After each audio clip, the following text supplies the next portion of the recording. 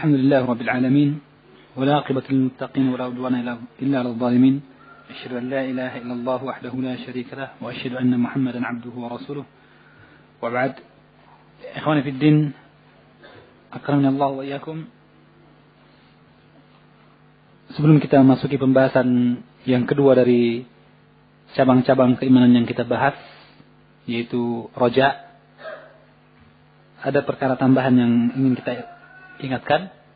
Mudah-mudahan namanya tambahan, dia tidak terlalu panjang, tapi dia penting. Karena itu kita merasa mimbabil khianah jika kita tidak jelaskan hal ini, meskipun dengan penjelasan yang ringkas.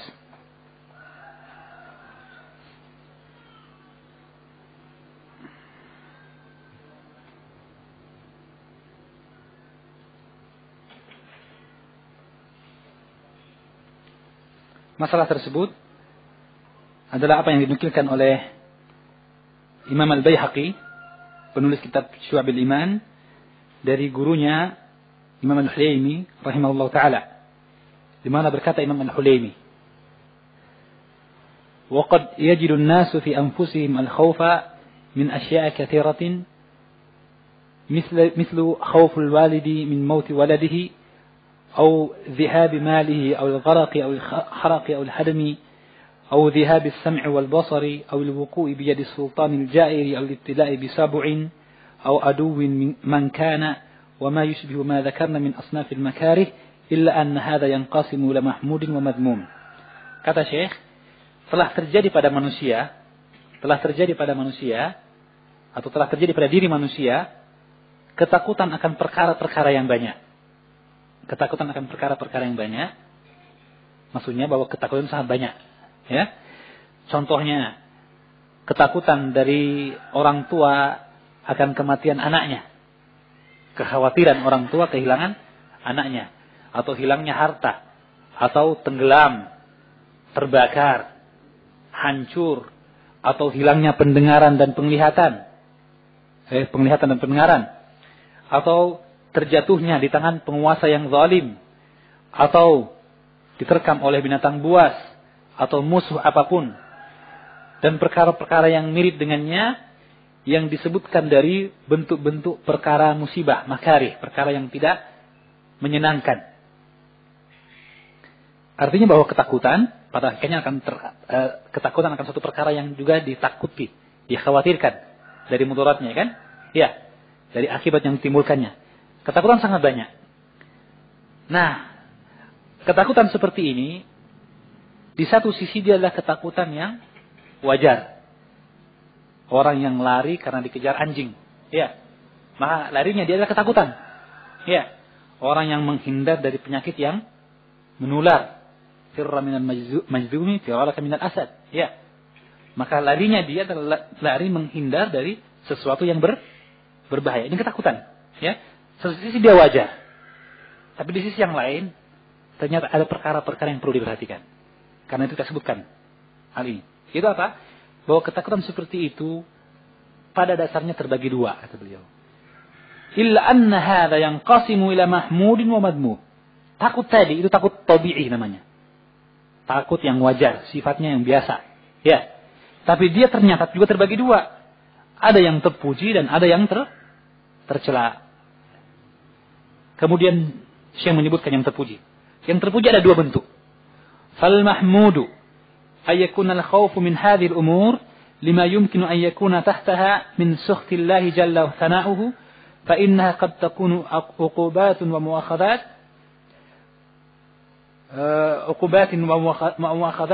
faman khafaha famtana li ajliha min al-ma'asi wa lam ya'man min an taghira alayhi kanat manzilatu manzilata man imtana'a minal ma'asi khifatan nar. Jadi yang pertama, bagian yang pertama adalah takut yang terpuji. Takut tabi'i, takut yang sifatnya alamiah, biasa, wajar, tapi terpuji. Ada dua. Bagian yang pertama sekarang, bahwa ketakutan akan perkara-perkara tersebut karena apa yang mungkin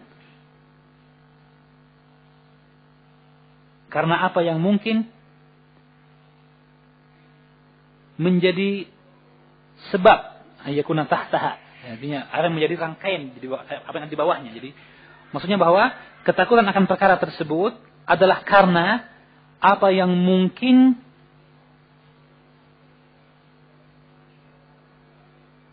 disebabkan oleh kemurkaan Allah Subhanahu wa taala.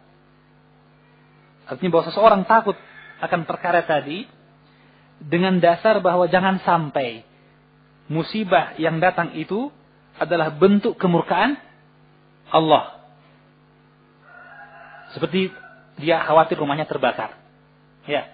Maka dia menjaga rumahnya supaya tidak terbakar, menyediakan alat-alat yang dengannya bisa terdeteksi jika terjadi kebakaran dengan cepat atau bisa memadamkan api dengan cepat. Ya. Ketakutan tadi jika didasari dengan yang pertama tadi, bahwa jangan sampai bentuk kebakaran yang terjadi adalah bentuk kemurkaan Allah Subhanahu wa taala. Maka dia khawatir dari kebakaran dengan dasar kekhawatiran jangan sampai dia adalah siksaan. Fa innaha qad takun, karena mungkin terjadi musibah itu merupakan uqubat wa muakhadat. Siksaan dan ganjaran dari Allah Subhanahu wa taala. Faman khafaha, maka barang siapa takut akan perkara-perkara seperti itu karena dasar tadi, famtana li ajliha minal ma'asi, maka dia pun berhenti dari perbuatan maksiat.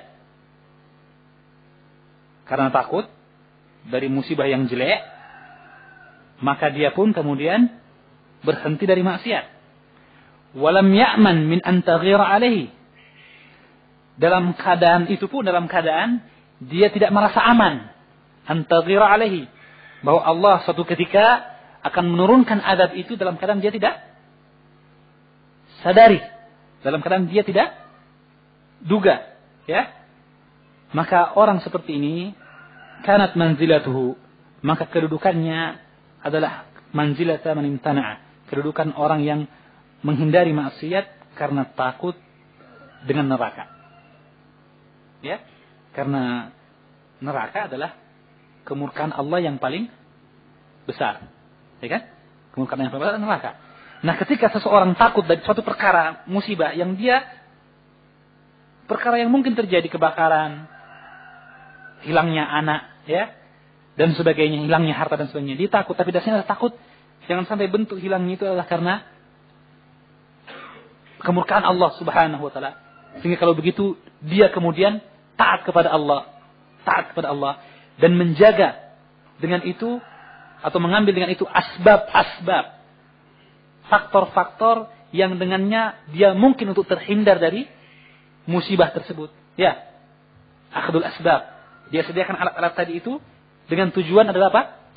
Jangan sampai jika terjadi kebakaran adalah bentuk kemurkaan Allah. Walaupun tentunya dia yakin, kalaupun Allah murka, meskipun dia telah siapkan alat itu, jika Allah menghendaki terjadi, pasti terjadi kan? Jadi layak min apa? Antaghirahu alaihi. Dia tidak merasa aman tetap dari kemungkinan bahwa karena sudah merasa puas, alatnya sudah cukup, ya, pengamannya sudah lengkap, akhirnya dia pun lalai dari ibadah. Tidak. Dia ambil sebab yang hissi, yang terindrawi, ya, yang betul-betul ada sebab, jadikan sebab secara kauni. Di sisi yang lain dia ambil sebab yang syar'i. Itu apa? Ketaatannya kepada Allah. Ketaatannya kepada Allah. Maka orang yang seperti ini ketakutannya terpuji. Ketakutannya terpuji. Walaupun dia takut dari perkara yang biasa kan? Takut dari perkara yang biasa, jadi terpuji dia. Ada nilai ibadah di situ. Kenapa? Karena dia terus akhirnya mendorong dia untuk semakin taat kepada Allah. Ya, perkara yang sifatnya adalah bentuk ketakutan biasa, dia rubah menjadi ketakutan yang mengantar kepada ketaatan. Dan ini mungkin dibahas oleh para ulama dalam penjelasan hadis innamal a'malu bin niat, ya kan? Rubba amalin saghirin tu'azzimu wa tukabbiru an-niyah. Berapa banyak amal yang kecil menjadi besar nilainya karena niat. Ya, dan kebalikannya juga. Dan bahwa perkara dunia, perkara mubahat, qad taglibu ta'at. Perkara yang mubah, jaiz, boleh, tidak ada kaitannya dengan pahala, kadang menjadi nilai pahala. Ya kan? Sehingga Nabi mengatakan bahwa wa fi bud'i ahadikum sadaqah. Seorang suami menggauli istrinya bernilai sedekah. Maka sahabat bertanya, ya Rasulullah, bagaimana ayati ahaduna syahwatahu wa yu'jaru alaihi? Apakah seorang memuaskan syahwatnya kok dapat pahala? Ya? Bukankah sudah cukup bahwa dia terpuas syahwatnya, ya kan? Kok ada nilai pahala lagi? Mau menggauli istri kan masalah syahwat, masalah ibahah boleh saja, ya. Tapi kenapa kok dapat pahala? Maka kata Nabi, bukankah jika dia mendatangi apa yang diharamkan baginya, kana lahu wizrun, dia berdosa? Ya. Maka kalau begitu, jika dia mendatangi apa yang halal baginya, pahala. Maka seseorang yang melakukan perkara yang halal dengan keyakinan itu halal dan dengan itu mencukupkan dia dari perkara yang haram, mendapatkan pahala karena suatu amal yang halal tadi. Makan pada dasarnya tidak bernilai pahala. Tidur pada asalnya tidak bernilai pahala. Silakan tidur, silakan ya bangun, ya kan? Mau tidur dalam majlis itu urusan sendiri, ya kan? Tapi ada sunnahnya bahwa berwudu, ya, atau pindah tempat. Ya. Ya. Dia perasaan tidak bernilai pahala, ya enggak? Tapi barang siapa tidur dengan niat untuk sholat malam, makan dengan niat taqawwi fil ibadat, supaya dia kuat dalam ibadah, berpahalakah makannya? Pasti. Ya, pasti. Demikian pula tadi. Takut kebakaran, takut akan perkara-perkara yang jelek dari musibah. Ya, pada asalnya takut yang biasa. Itu wajar. Ya. Tapi tatkala ketakutan itu mengantar dia untuk taat kepada Allah, kemudian dia mengambil sebab-sebab syar'i dan kauni, sebab-sebab yang dengannya dia bisa terhindar atau meminimal musibah tersebut, ya kan? Dalam keadaan kita tetap yakin bahwa toh jika Allah menghendaki tetap dia akan tertimpa musibah itu sehingga dia bersabar nantinya, ya, maka itu adalah terpuji. Jelas? Tidak bentuk terpuji. Ada dalilnya, nanti Syekh sebutkan. Kemudian yang kedua, yang terpuji juga, wa kadzalika in khasya an yakuna akhdhullah minhu ma'afahu ibtila'an lahu wa ikhtibaran. Hatta in sabara wa ihtasaba asabahu wa in jaza'a wa taraba wa lam yuslim liqada'ihi zadahu salban. Yang kedua, bahwa demikian pula jika dia khawatir bahwa apa yang diambil oleh Allah darinya, rumahnya yang tidaknya bagus sekarang terbakar, anaknya yang diharapkan menjadi penerus usaha meninggal, ya, jika itu kemudian diambil oleh Allah dalam keadaan dia takut itu diambil, dalam bentuk apa? Ibtila'an lahu wa ikhtibara, meskipun dia yakin bahwa diambilnya benda atau apa yang dia inginkan itu tadi, yang dicintai tadi itu adalah ibtilaan, ujian dan cobaan dari Allah, yang mana jika ia bersabar dan mengharapkan pahala akan didapatkan pahala dari Allah. Sebaliknya jika dia berkeluh kesah dan goncang serta tidak menerima akan takdir Allah, maka akan diambil semakin banyak, fasadahu salba, akan semakin diambil lagi apa yang lain dari hartanya. Fakhafa, maka dia pun takut karenanya. Anna dzalika in kan, bahwa jika itu terjadi nantinya, jika musibah ujian tadi terjadi, dia takut, ya. Jadi sekali intinya bahwa apa?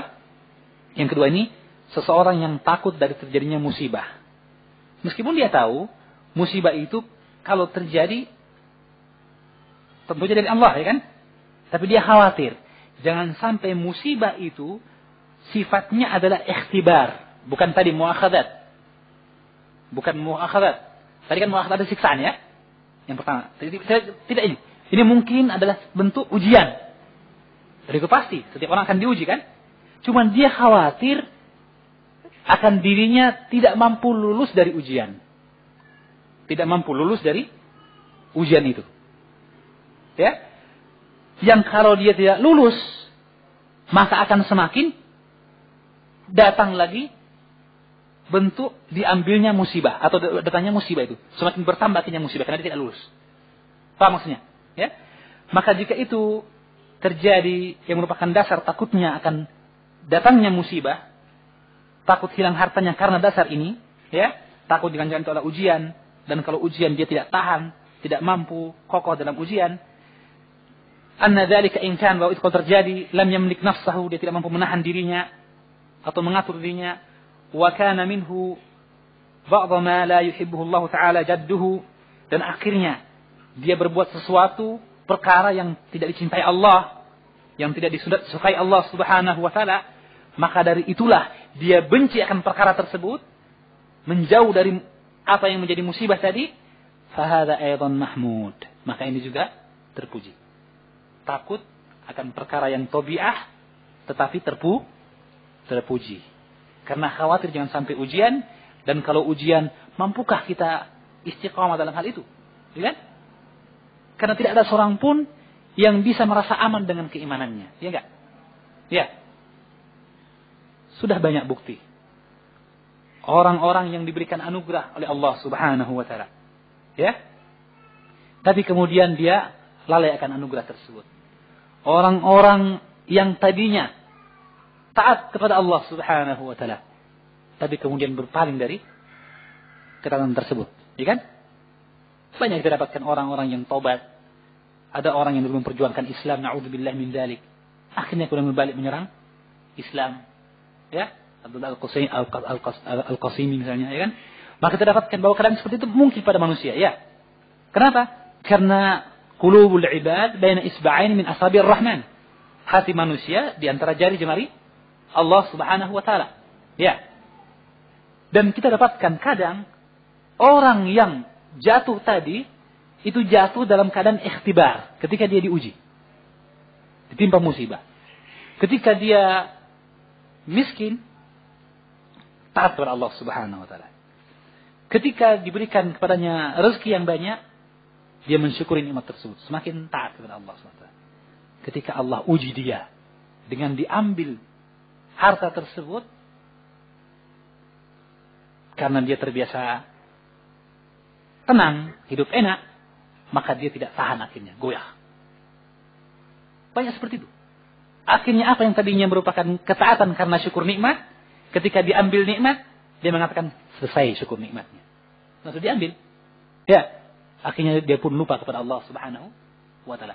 Kecuali kalau Allah kembalikan lagi nikmatnya, kita syukur lagi, kata dia. Ya, maka itu terjadi dalam keadaan manusia, na'udzubillahi min dzalik.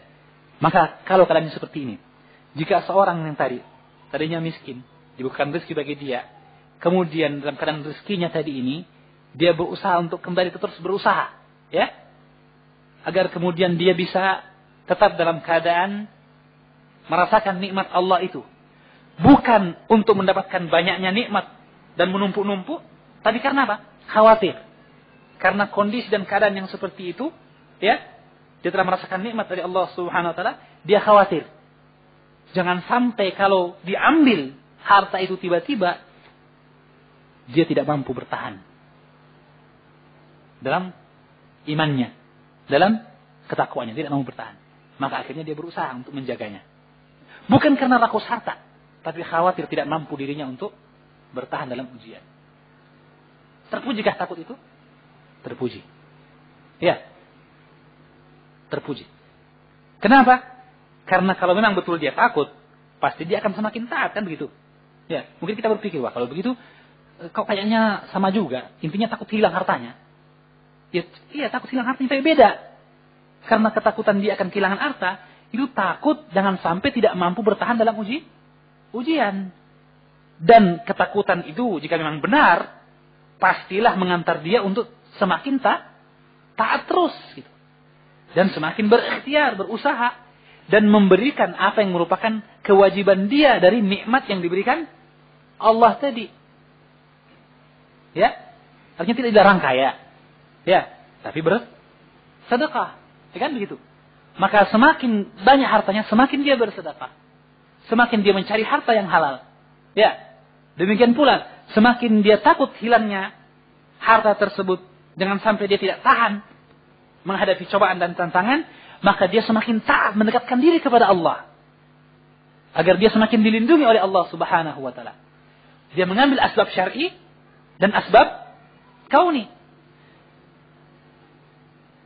Ya, maka ini adalah takut yang terpuji.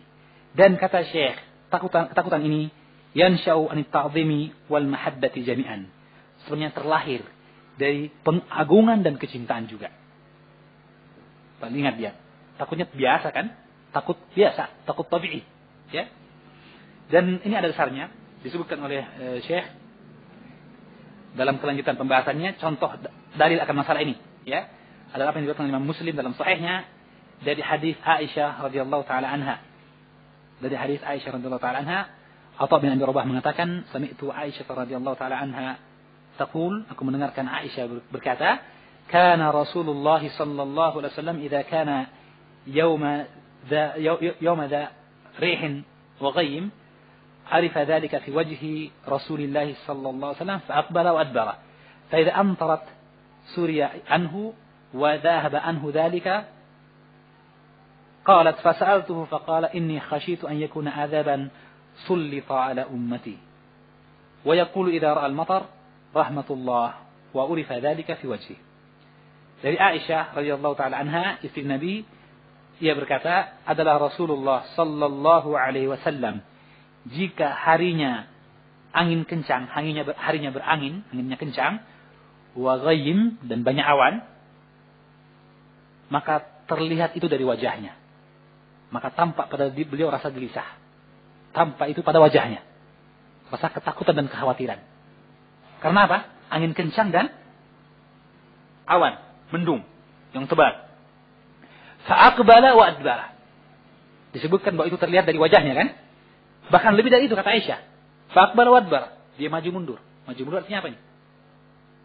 Hah? Gelisah, karena yang gelisah. Maka Nabi mondar-mandir, ya.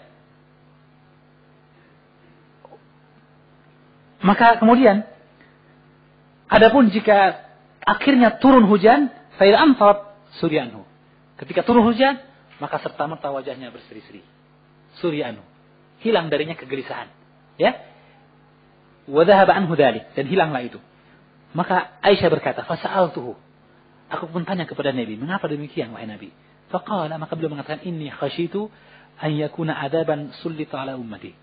Sesungguhnya saya khawatir jangan sampai awan, mendung yang tebal, angin yang kencang itu merupakan adab yang Allah limpahkan bagi umatku. Padahal tidak tahu angin kencang, ya, ataupun hujan deras yang menimbulkan banjir dan sebagainya, ya kan?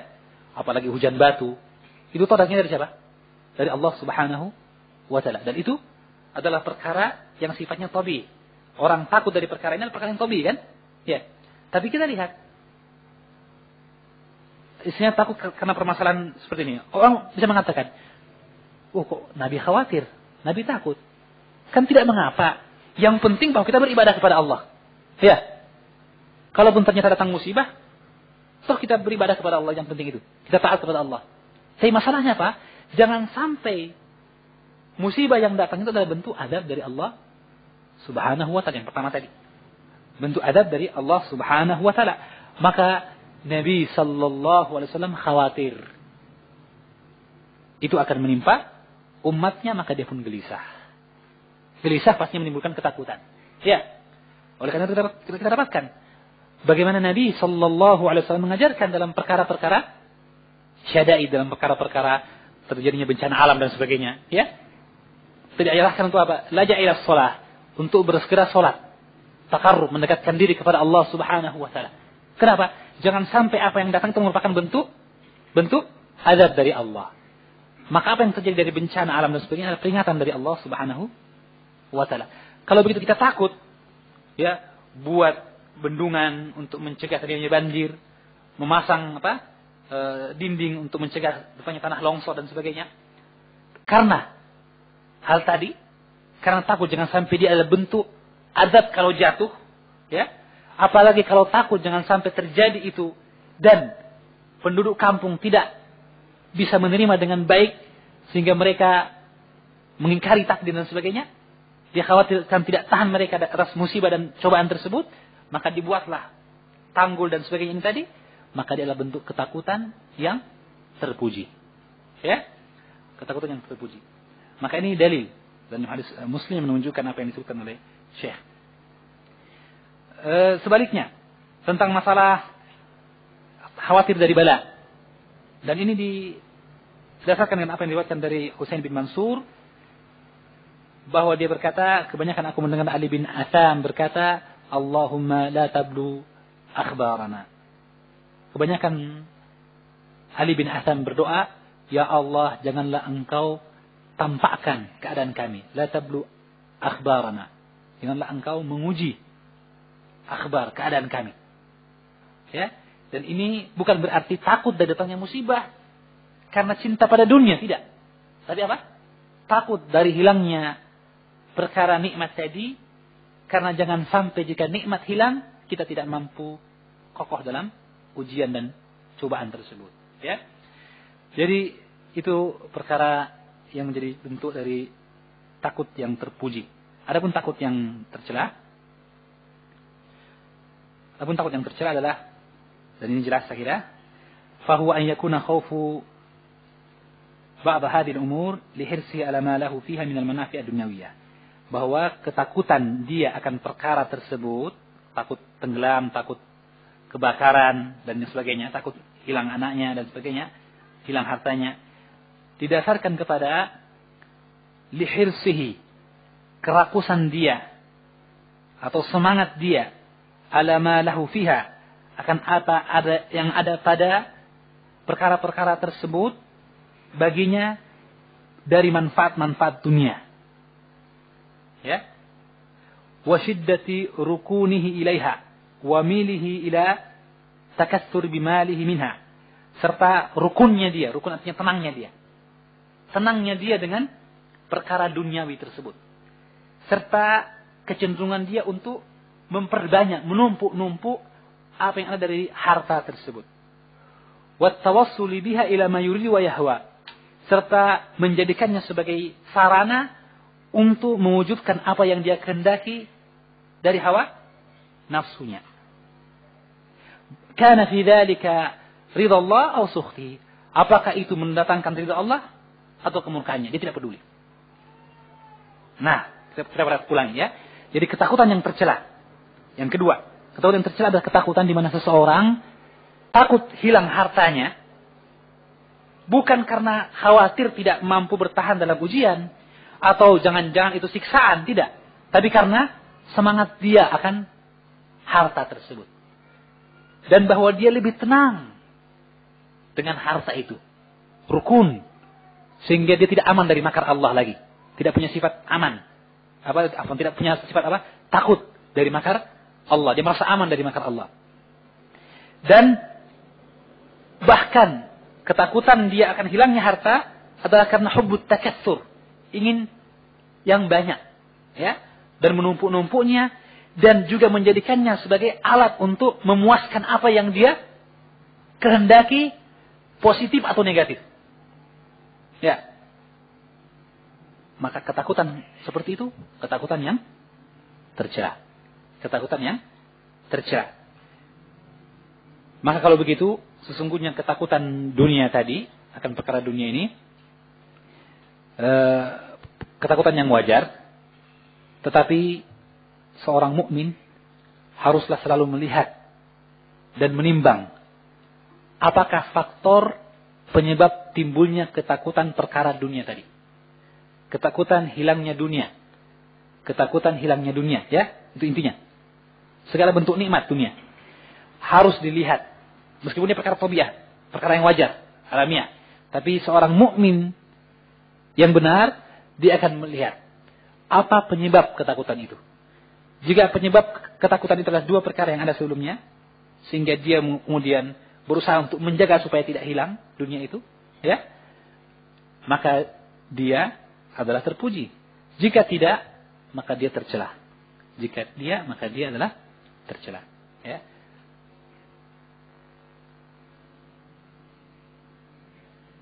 Baik. Dengan demikian ya ikhwah, selesai pembahasan kita dengan masalah khauf. Dan waktu tidak mencukupi lagi bagi kita untuk masuk pada yang roja. Mungkin 15 menit ini bisa dipakai untuk soal jawab dari apa yang telah diuraikan dari masalah khauf. Karena nanti insyaallah setelah duhur mungkin kita langsung pada masalah roja. Ada pertanyaan dari ikhwah seputar apa yang telah diuraikan?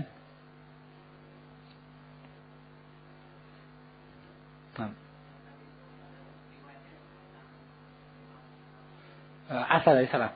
Nanti kita dapatkan dalam suka oleh Syekh Bakar Abu Zaid dalam Hilyatul Talib Ilmi. Ya, saya lupa qailnya siapa, tapi dikatakan bahwa ilmu salah satu asbar. Bahwa ilmu adalah 3 jengkal. Ya, ini penggambaran tentu saja, ya.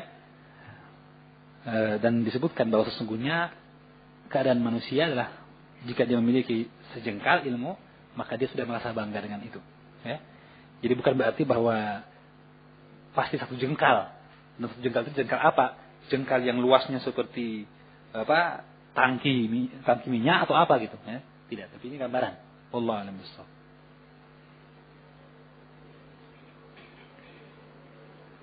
Dari apa mungkin jika ada pertanyaan tentang masalah khauf? Nah.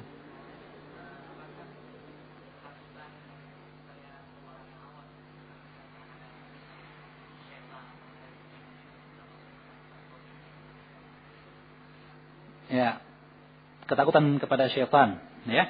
Baik. Sesungguhnya perlu dilihat, ya.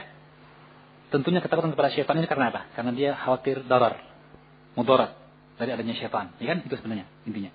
Sebab kalau tidak, dia harusnya tidak takut kepada syaitan. Maka ketakutan pada syaitan satu sisi dia adalah takut tabii, ya. Jangan sampai dia diganggu, ya. Karena itu disyaratkan kita untuk sebelum tidur berdoa, ya kan? Jika dia berdoa, fala yaqrabanna syaitan hatta yusbih. Tidak akan dekat oleh syaitan sampai besok paginya. Berarti dia berdoa untuk apa? Karena takut kan? Dan berlindung kepada Allah tentu saja. Ya. Maka ketakutan kepada syaitan, takut dari wajahnya yang menyeramkan, ya. Dan sebagainya. Satu sisi dia takut tabii. Ya. Maka dalam hal ini seseorang mungkin untuk berdoa supaya tidak bertemu dengan syaitan, ya. Atau tidak menantang syaitan karena dia khawatir dari ketidakmampuan dia. Ketika syaitan datang dalam bentuk yang menyeramkan, dia tidak siap. Ya, dia goyah dan sebagainya. Akhirnya dia kesurupan dan sebagainya, ya kan? Atau perkara-perkara yang lain daripada perkara yang menjadi faktor bagi dia untuk berlari dari kemunculan syaitan, tidak mengharapkan munculnya syaitan. Ya. Adapun kalau ketakutannya adalah ketakutan yang juga didasarkan karena kesenangannya kepada dunia dan sebagainya, maka dia menjadi takut yang tercela. Nah, apalagi jika kemudian ternyata takutnya kepada syaitan menyebabkan dia takut atau menghalangi dirinya dari ibadah dan ketaatan. Seperti misalnya lewat rumahnya dengan masjid, melewati sebuah kuburan atau pohon yang dikeramatkan. Ya. Satu sisi ada takut fobia. Jangan sampai dijaili, ya. Jalan diganjal gitu, ya, atau apa, satu sisi itu. Dari sisi yang lain bahwa sesungguhnya salat adalah ibadah. Ya. Dan dia yakin bahwa sesungguhnya memanglah syaitan ingin menghalangi kita dari ibadah kepada Allah. Maka kalau kita takut tidak keluar rumah hanya karena gangguan syaitan yang dikhawatirkan, yang dia hanyalah kekhawatiran saja, maka ini berbentuk ketakutan yang tercela. Menghalangi kita dari ketaatan kepada Allah Subhanahu wa taala. Belum lagi kalau kita dapatkan keterangan-keterangan bahwa sesungguhnya cara yang benar untuk takut dari gangguan syaitan adalah berlindung kepada Allah dan mengambil sebab-sebab yang dengannya kita dilindungi oleh Allah. Di antaranya apa? Kalau kita dapatkan keterangan dari hadis Nabi bahwa barang siapa yang datang salat subuh fakana fi ahdillah, maka dia dalam perjanjian dengan Allah Subhanahu wa taala. Fala yatlubanna ahadukum Allah fi ahdi. Fa inna man talabahu halaka. Kata Nabi dalam hadis yang sahih, barang siapa yang salat subuh fa innahu fi dhimmatillah wa ahdi. Barang siapa yang hadir salat subuh, maka dia sesungguhnya dalam tanggungan Allah dan perlindungannya. Maka kata Nabi, Janganlah sekali-kali seorang pun di antara kalian, wahai manusia, apalagi jin, ya, dituntut oleh Allah akan jaminannya yang dilanggar itu. Karena barang siapa dituntut oleh Allah, halaka, dia pasti binasa. Artinya apa? Setiap orang yang datang sholat subuh, dia dijamin oleh Allah tidak akan diganggu. Akan selamat. Meskipun melewati pohon yang keramat. Iya, sudah dijamin itu. Cuman, kalau diganggu, mungkin nggak diganggu. Mungkin saja, tapi dia harus ingat. Kalaupun diganggu, pasti itu karena izin Allah. Mungkin diganggu nggak? Mungkin. Makanya Allah bilang, jangan sekali-kali seorang pun di antara kalian akan dituntut Allah karena melanggar jaminannya. Artinya, orang yang sholat subuh ini jangan diganggu oleh orang lain manusia. Jangan diganggu. Kalau kamu ganggu, berarti mungkin diganggu. Mungkin tetap diganggu. Mungkin. Maka Allah mengancam melalui lisan nabinya. Kenapa? Sebab kalau kamu ganggu dia, barang siapa yang dituntut oleh Allah karena mengganggu apa yang dijamin Allah, pasti akan binasa. Ya, pasti akan binasa. Maka orang sholat subuh ditobok, ditusuk, ya, dirampok dan sebagainya. Jangan dia bilang, oh tidak benar berarti hadis Nabi. Katanya dijamin, dilindungi. Kok diganggu? Betul dijamin dan dilindungi oleh Allah. Betul itu. Tapi kan Nabi sendiri bilang, jangan sampai seorang kalian dituntut karena hal itu. Artinya, masih mungkin ada gangguan. Kita telah mengambil usaha yang disyariatkan.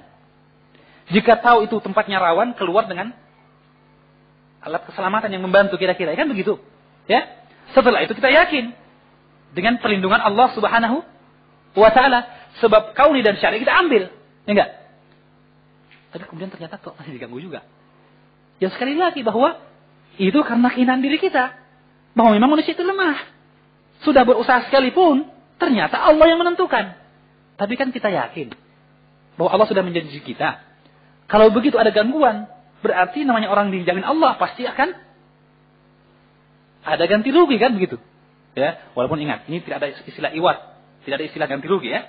Tapi artinya bahwa ya, ketika Allah menjamin tapi masih terjadi, itu berarti ada sisi baik yang diinginkan Allah di balik musibah yang menimpa kita. Ada yang diinginkan. Yang dia pasti kebaikan. Kita sudah taat kok masih miskin. Ya. Yakinilah bahwa itu bukan berarti kita dilarang untuk taat supaya kaya. Atau kalau memang mau taat, ya siap-siap risiko miskin. Tidak. Silakan berusaha terus. Ya kan? Dan kalau kita berusaha dan bertakwa, Allah menjamin. Wa yarzuqhu min haitsu la yahtasib. Tapi kalau toh ternyata penghasilan masih segitu, ya itu berarti Allah masih menghendaki bagi kita porsi yang seperti itu. Jangan sampai Allah memang sayang sama kita. Atau memang Allah sayang sama kita. Jangan sampai diberikan rezeki, kita langsung lupa, jangan-jangan. Ya kan? Kita orang yang tidak kokoh dalam hal ini. Karena jangan disangka bahwa kemiskinan itu hanyalah kemiskinan yang merupakan ujian. Kekayaan juga adalah ujian. Kalau ada orang kaya takut miskin, jangan sampai itu ujian dan dia tidak tahan, harusnya orang miskin juga takut kaya. Ya. Dalam artian khawatir. Jika terbuka kekayaan, jangan-jangan dia tidak sabar.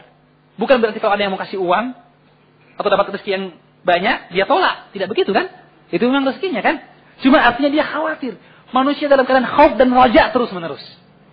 Jika dia kaya, maka dia takut. Jika dia miskin juga, takut. Itu maksudnya di sini. Ya. Maka, sisi ini. Jika dia yakin akan janji Allah, dijaga dan dilindungi, kenapa dia takut? Dia ikuti yang syar'i, selesai. Ya. Dan orang yang taat kepada Allah tidak akan dikecewakan. Ya. Walladzina jahadu fina lanahdiyannahum subulana walladzina ihtadaw zadahum huda. Ya kan? Maka semakin dia taat, semakin dia dilindungi. Tetapi sekali lagi ukuran manusia bukanlah ukuran yang seperti disebutkan Allah dalam ayat dari surah Al-Fajr. Ammal insanu idza mabtalahu rabbuhu fa'akramahu wa na'amahu fayaqulu rabbi akraman wa ma idza mabtalahu faqadara alaihi rizqahu fayaqulu rabbi ahanan. Kalla, tidak. Adapun manusia jika didapatkan kemuliaan, fa'akramahu wa na'amah, diberikan kemuliaan, diberikan nikmat, kata dia, ya Allah, engkau telah memuliakan aku. Besar kepala dia. ketika dapatkan nikmat, ya kan? Sebaliknya kalau diuji, mabtalahu rabbu faqadara alaihi rizqahu. Diuji oleh Allah, disempitkan rezekinya. Apa katanya? Ya Allah, kamu telah menghinakan saya. Tidak. Kemuliaan dan hinaan bukan diukur itu. Allah mengatakan, kalla, tidak. Itu ukuran manusia itu begitu, tapi manusia yang picik. Sesungguhnya ukuran yang hakiki adalah pada ketaatan kita kepada Allah Subhanahu wa taala. Setelah itu kemuliaan diukur dengan kadar ketaatan. Innallaha yarfa'u bihadzal ilmi aqwaman wa yad'u bihi akharin.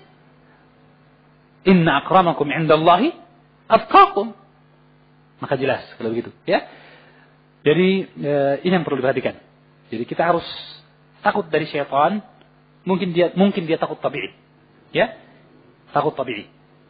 Di satu sisi dia takut perkara yang gaib juga, ya kan? Cuman gaib dalam ilmu syariat ada dua.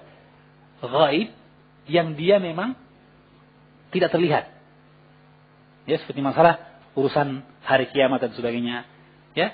Tapi ada juga gaib yang sifatnya relatif. Untuk orang tertentu gaib, untuk orang lain tidak gaib. Untuk orang tertentu gaib, untuk orang lain tidak gaib, ya. Maka seseorang yang minta perlindungan dari sesuatu yang hadir, minta bantuan dari sesuatu yang hadir, qadir, yang mampu membantu dia, itu berarti dia berminta kepada sesuatu yang hadir, ya. Adapun kalau dia minta kepada sesuatu yang gaib yang tidak ada di hadapan dia tidak lihat orangnya, maka itu tidak boleh, ya, karena dia gaib, tidak ada, ya. Maka dalam hal seperti syaitan tadi, bahwa dia mungkin hadir, mungkin menampakkan diri, mungkin tidak, ya. Kalau tidak menampakkan diri, kenapa takut? Selesai. Enggak nampak kok, enggak kelihatan, ya kan? Lihat. Tapi kalau nampak, dia bersabar. Jangan gelisah, ya. Dan berlindung hanya kepada Allah Subhanahu wa taala. Jika Nabi saja salat diganggu jin, diganggu syaitan, ya kan? Sampai dicekik oleh Nabi.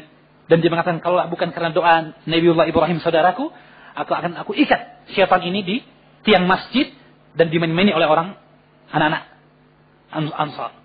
Nabi saja diganggu syaitan.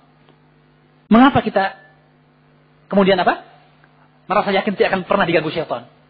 Ya, mungkin saja. Tapi ganggu mau diganggu silahkan, ya kan? Toh kita berlindung kepada Allah yang menciptakan syaitan itu sendiri. Ya. Walaupun kita khawatir jangan sampai kalau datang gangguan kita tidak sabar, tidak tahan, ya kan? Sehingga kita berusaha untuk berlindung terus. Ya Allah, jauhkanlah saya dari gangguan syaitan. Dan termasuk gangguan syaitan adalah penampakan syaitan, ya kan? Iya, penampakan syaitan adalah gangguan syaitan juga. Iya. Ya enggak? Itu musibah, penampakan syaitan itu juga musibah. Gangguan syaitan juga, ya. Jika Juraij Al-Abid yang beribadah kepada Allah Subhanahu wa taala itu dia salat, dia datang oleh ibunya, dia mengatakan Rabbi salati wa ummi. Mana harus dilakukan, salatku atau ibuku, ya. Sampai akhirnya ibunya marah dan mendoakan bagi dia musibah. Apa itu? Bahwa dia tidak mati sampai melihat kepada wajah wanita pelacur. Maka melihat wajah wanita pelacur itu musibah. Ujian. Iya enggak? Ya? Sampai terjadi apa yang diinginkan. Meskipun sang pelacur menggoda Juraij dan dia tidak tergoda. Karena kuatnya iman. Tapi terbukti terjadi doa ibunya. Apa itu? Melihat wajah mumisat. Sehingga diambil faedah oleh para ulama bahwa melihat wajah pelacur adalah bentuk musibah. Hukuman. Karena dia tidak taat kepada ibunya. Tidak menyambut seruan ibunya. A'udzubillah min dzalik. Ya. Jika wajah pelacur seperti apa? Wajah syaitan. Ya, yang menakut-nakuti orang, ya kan? Maka kita berlindung kepada Allah min syarri syaitani wa hamazatih. Dari kejelekan syaitan dan bisikannya, ya. Cuman ada yang perlu kita khawatirkan tentunya lebih besar. Sesuatu yang tampak tidak mesti lebih kita takuti dari sesuatu yang tidak nampak. Ya kan? Ya. Maka ketakutan kita pada wajah syaitan, penampakan dan sebagainya, ya. Haruslah lebih takut kita daripada itu adalah bisikan syaitan. Fa inna syaitana yajri majrat dam. Karena syaitan berjalan sealiran darah.